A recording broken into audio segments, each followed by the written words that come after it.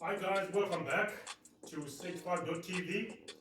I'm your host today, FD, and I'll be picking up on where we left from the last video where we were talking of risk evaluation of the projects we are investing in. Don't forget to click like and subscribe as well as hitting that notification bell.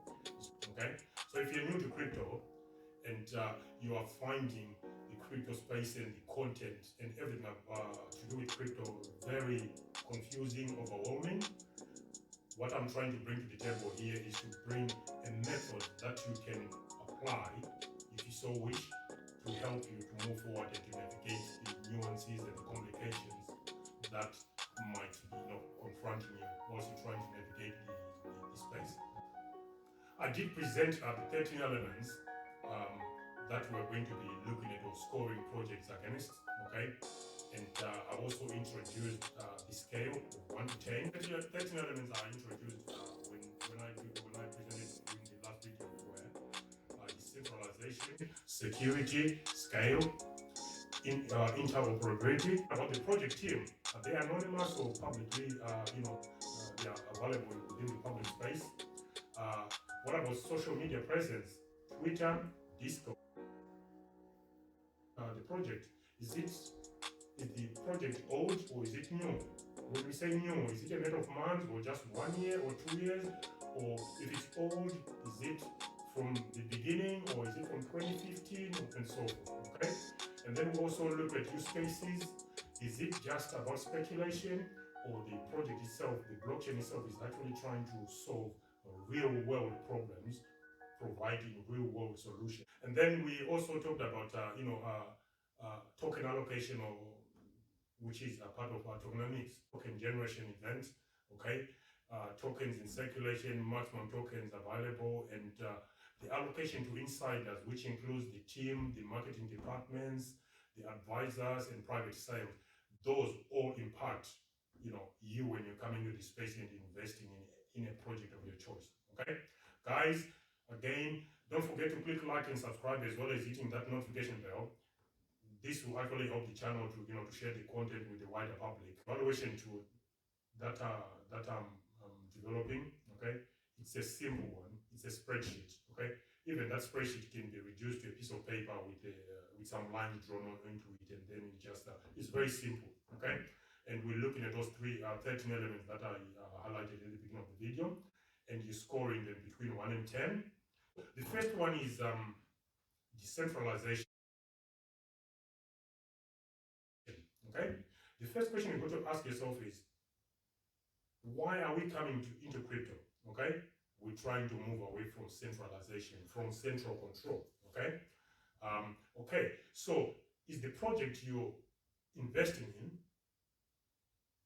no different to where you're coming from, i.e. centralization, or it is actually decentralized? Okay? There's no point in moving away from a centralized, entity within the traditional finance space to another, blockchain-based centralized entity. Okay, so here you tend to look at things like, the nodes that secure the network.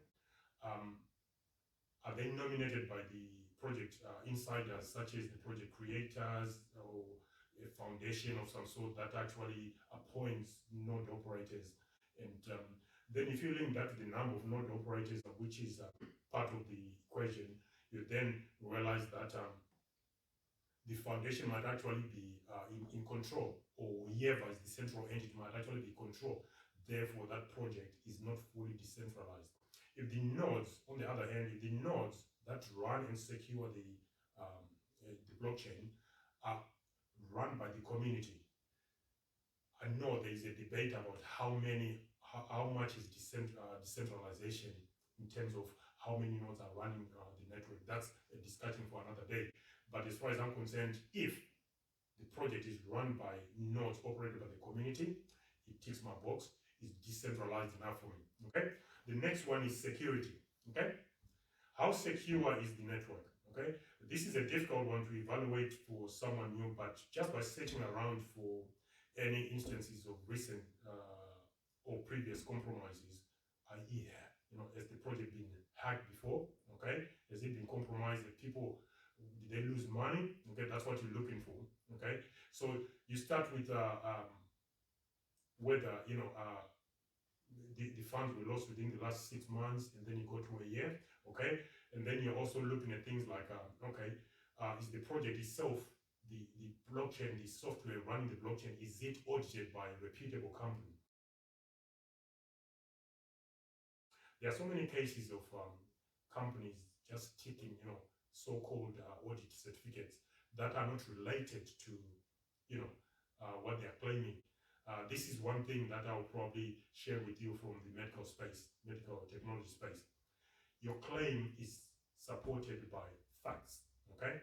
And those facts, you need to include something peer-reviewed. That is a fact. I'm not making this up, okay? I know people make jokes about certain projects that have got a scientific underpinning. From the medical technology space, when you're making claims about a project, you actually need to, support it by peer-reviewed content.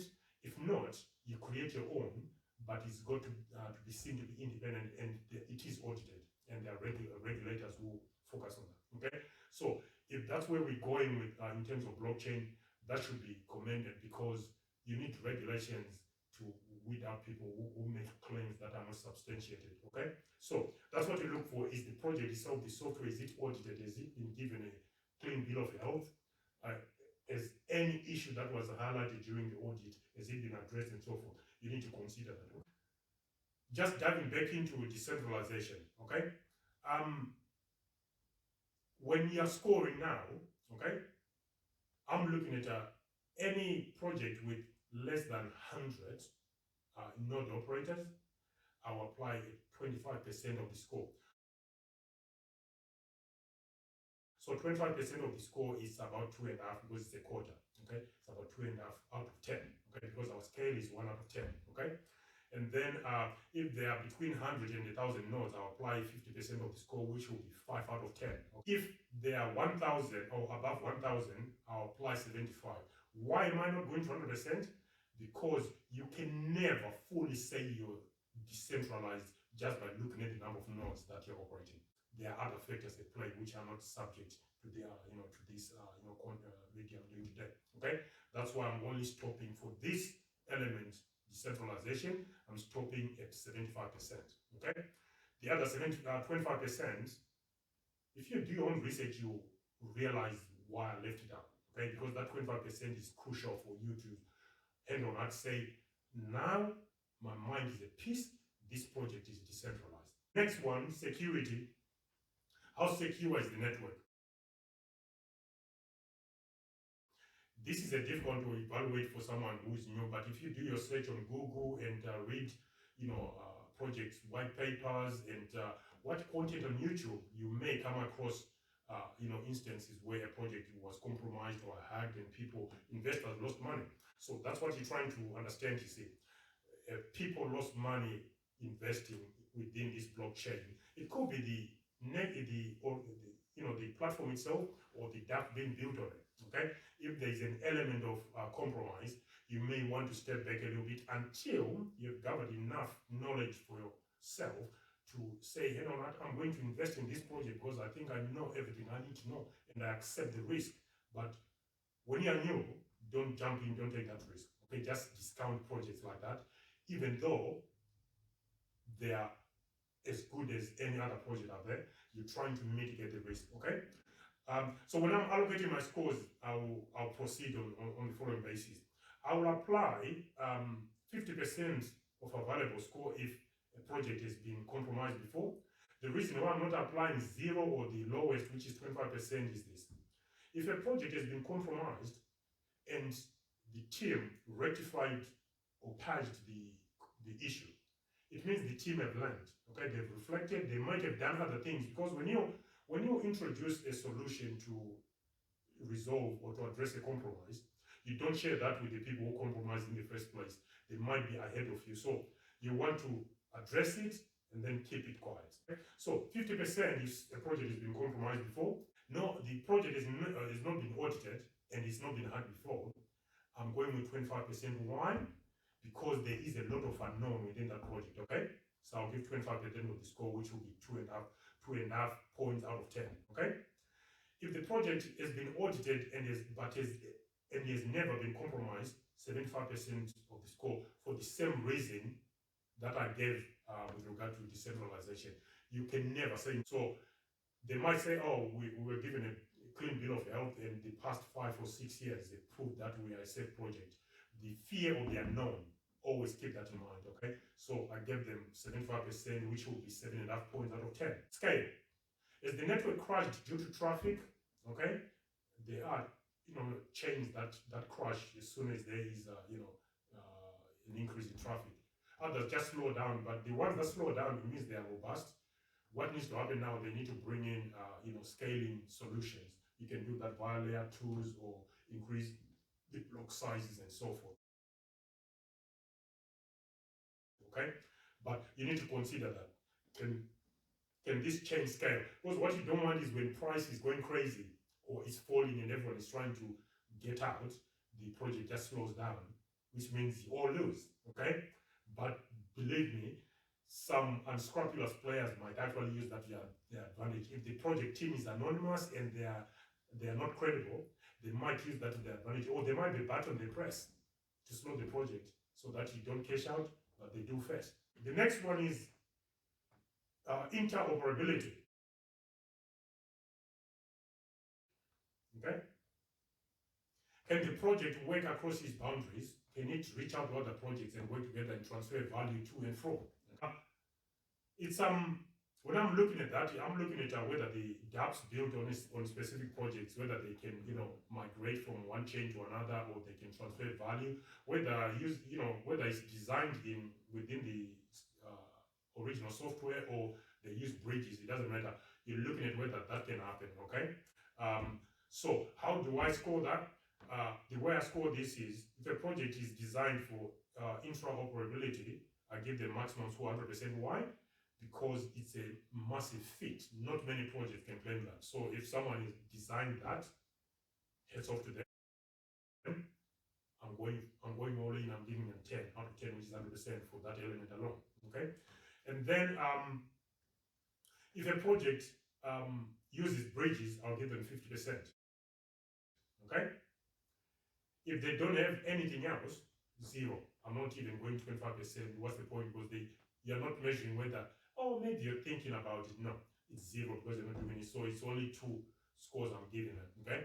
Then you go to project team. If you're new, then you may want to avoid projects with anonymous teams. Okay. For anonymous teams, give the lowest score. Okay. Small teams, I'm talking of 10 or less number of people. Okay. If they've got 10 or less, members of the team, I'm giving them, half the score, which is 50%. Okay. If they are between 11 and 40 team members, I'm giving them 75%. And then any team that has got more than 40 people, I'm giving them maximum score. Okay. You know that team is solid and it's not going away anytime soon.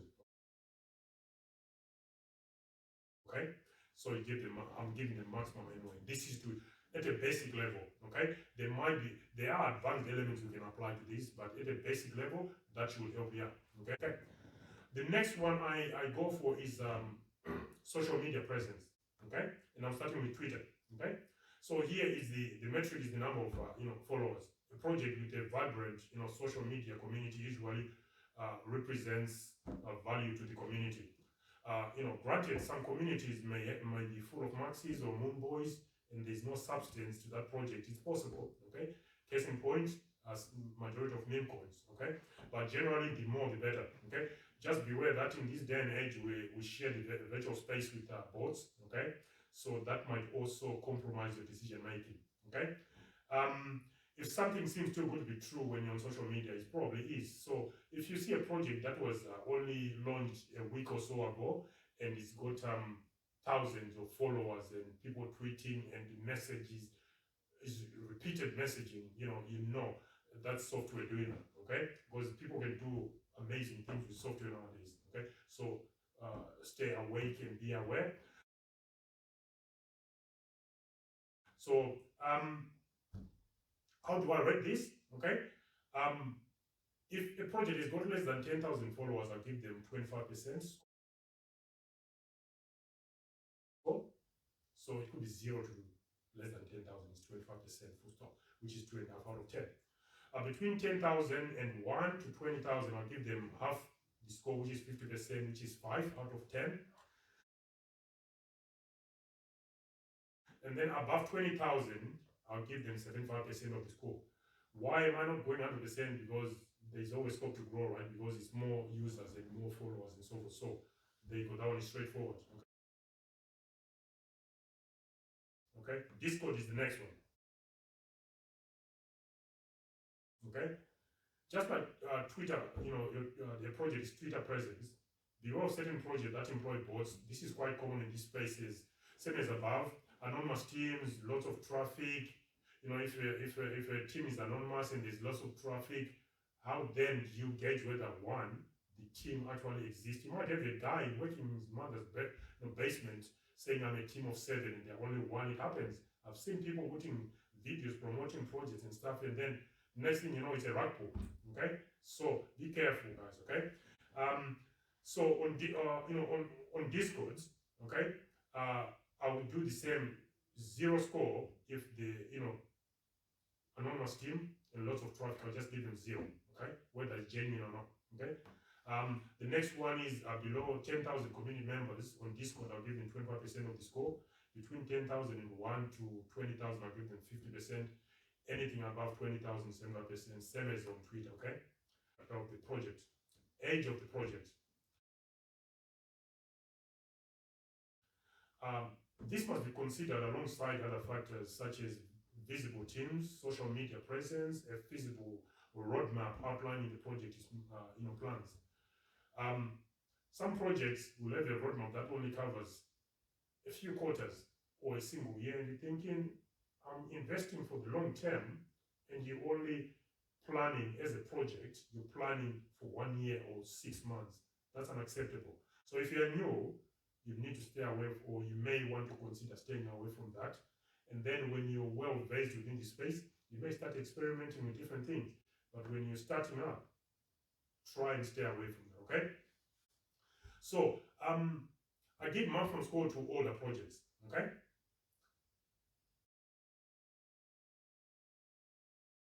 Maximum score. All the projects with visible teams, okay? And they also need to have,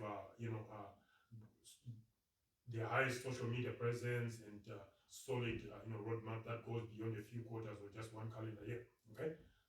So I give maximum points for that. Then if a project is got, an older, it's an older project, okay?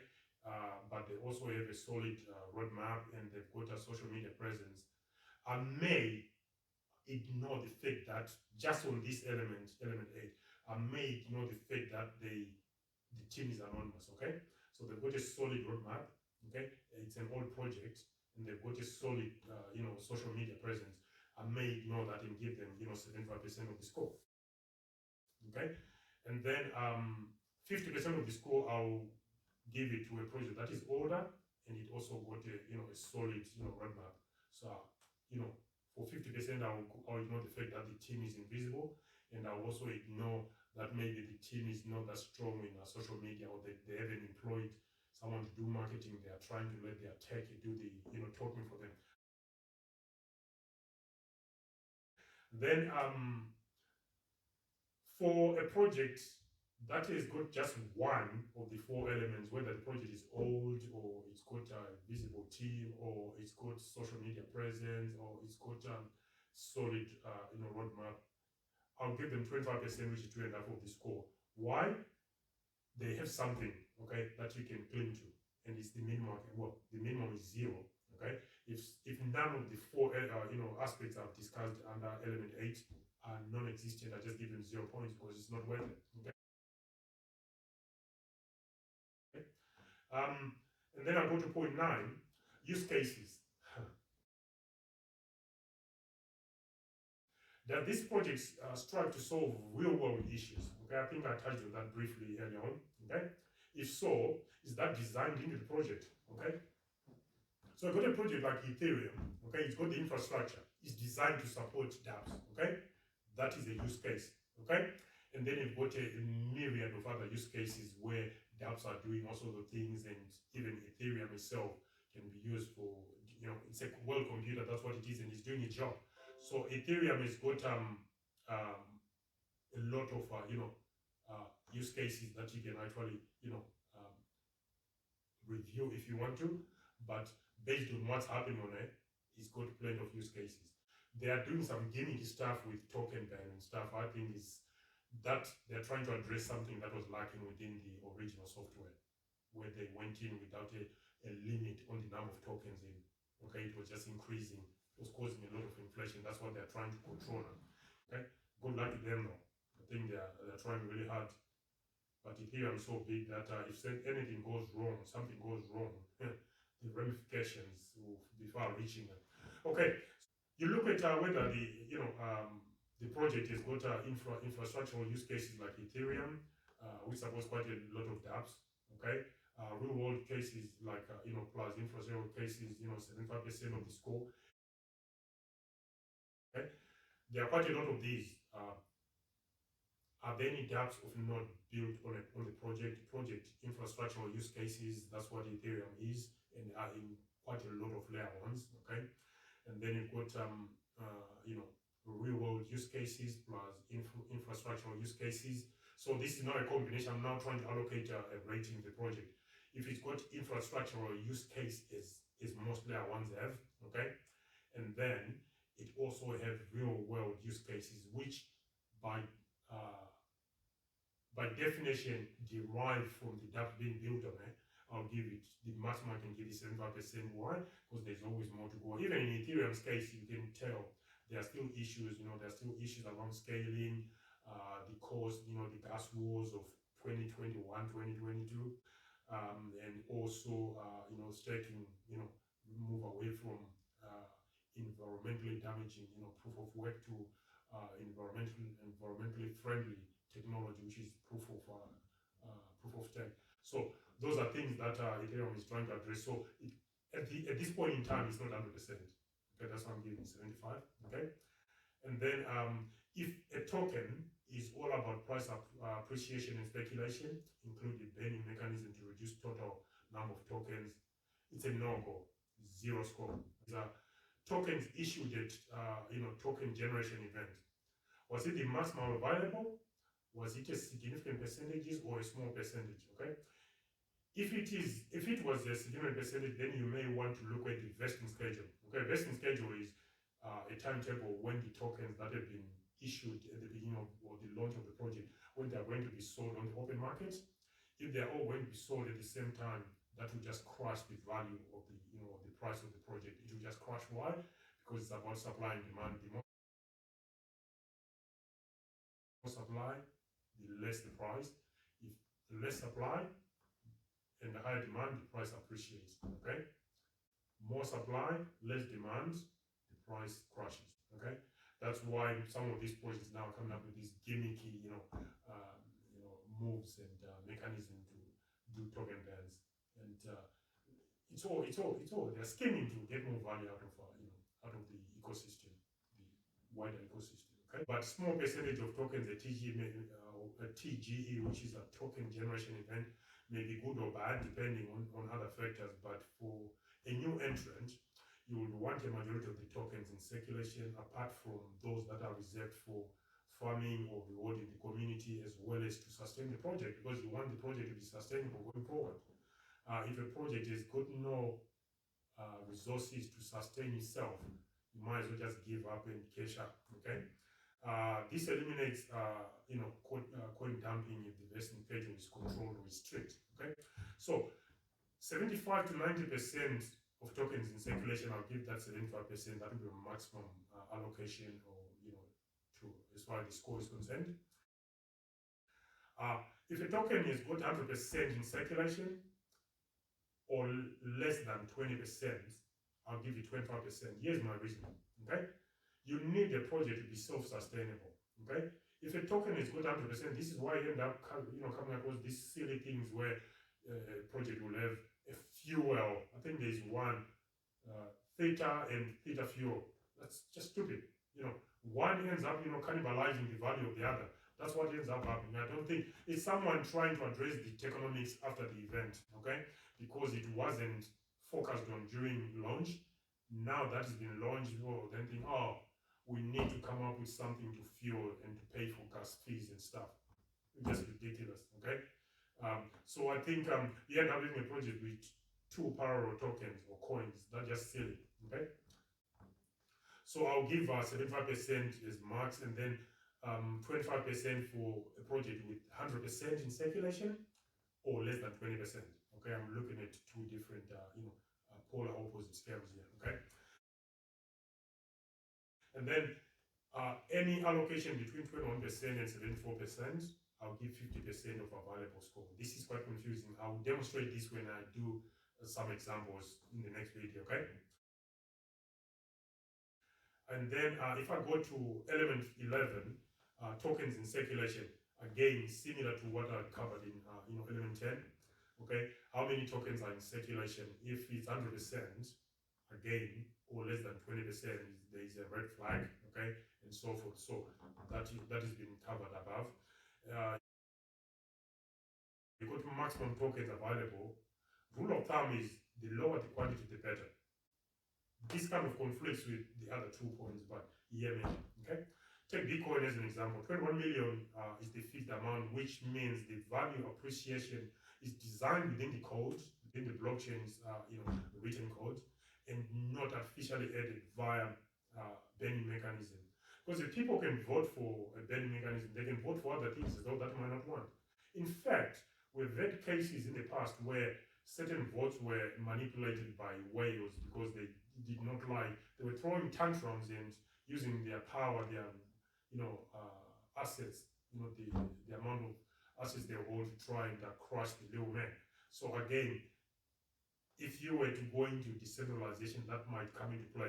Okay, so you don't want these gimmicky moves that are being made at the moment where people are voting for token ban mechanisms and so forth. Okay, 13, insiders to a project.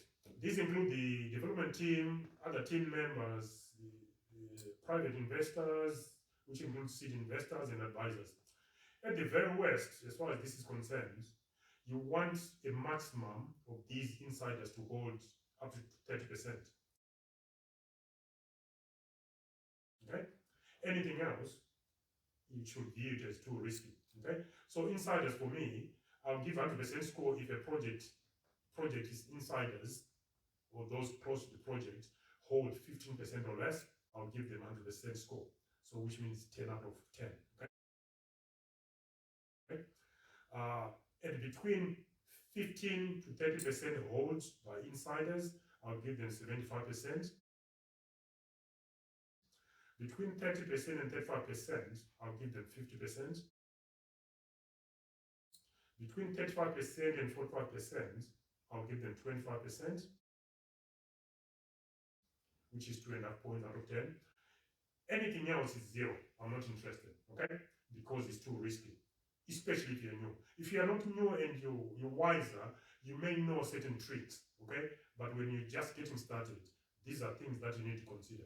Okay, guys, before you go, don't forget to hit like and subscribe, and then hit that notification bell. You don't want to miss the next video where I'll be covering, some examples with the 6 tokens we covered last time, which was Bitcoin, Ethereum, Cardano, Avalanche, Cosmos,